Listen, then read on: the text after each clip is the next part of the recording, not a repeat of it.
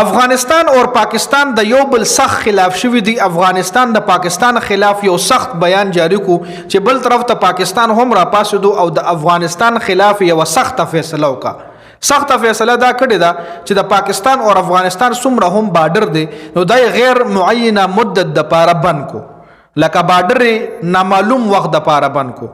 لکه مخکې به بارډر بند شوی به چې یو میاش بند دی یا یو هفته بند دی یا یو ورځ بند دی یا یو 2 ورځې لا بند دی، نو سوي چې غیر معینه مدت د پاره دا بارډر مونږه بند کړ. پاکستان حکومت دا اعلان کو، دا اعلان ولې کو؟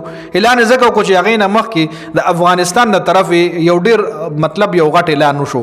افغانستان حکومت ټول ملک اعلان وکړو چې په ټول ملک کې څومره هم پاکستانی پروډکټ دا وخت په دکانونو کې پراته دي نو ایله 3 دسمبر پورې وخت ورکو چې تاسو 3 دسمبر پورې دا پروډکټ د خپل دکانونو ختم کړئ.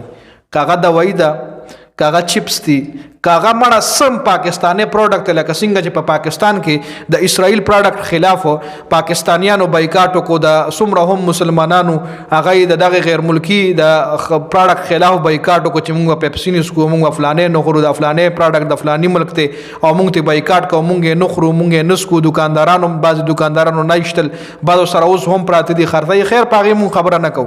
نو اوس افغانستان هم په ټول ملک اعلان کړی دی وروره چې 3 دسمبر پورې د 12 میاشتې 3 تاریخ پورې په افغانستان کې په هر اټای کې، په هر جنرال سٹور کې، په هر سوپر مارکیټ کې چې څومره هم پاکستانی پروډکټ پروت دی دا 3 دسمبر پورې یا خرڅ کړي او کچره خرڅ شوی نه وي نو 3 دسمبر پورې دا مونږه په دکانونو کې اونوینو.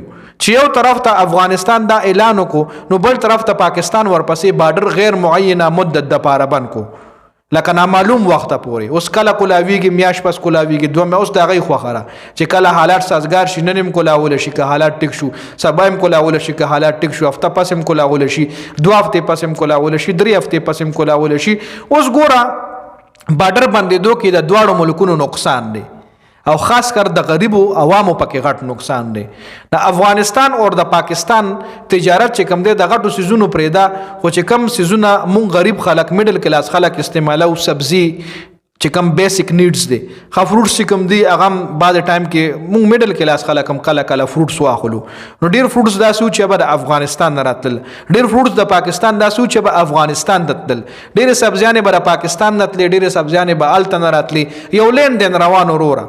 نو اوس چې دا لین دین ختم شو نو ښکارا خبره ده چې کم پروډکټ په افغانستان نه پاکستان ته راتلو په پاکستان کې ګران شي او کم پروډکټ په د پاکستان نه افغانستان ته راتلو په افغانستان کې ګران شي. نو دوه ملکونو غریب عوامو ته پکې भरपूर نقصان دی. نو الله دې کی د دوه گاونډي ملکونو دښمنی نه وایخه، لکه دښمنی وای هغه پښتو کې متل چې دا کور ملت دښمنی وای خانوي.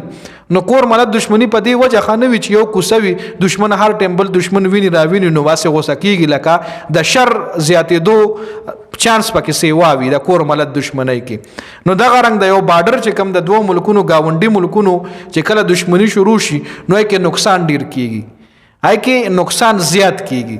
او چې کله د دوړو په خا یارانه دوستانه وي نو بیا پکې فائدہ هم ډیره ده، به ډیره غټه فائدہ ده. نو الله دې وکړي چې دوړو ملکونو تعلقات خشي او دا مطلب کاروبار د غریب عوامو فائدہ پکې وشي. نو د ویډیو کتلو زیاته مننه. والسلام.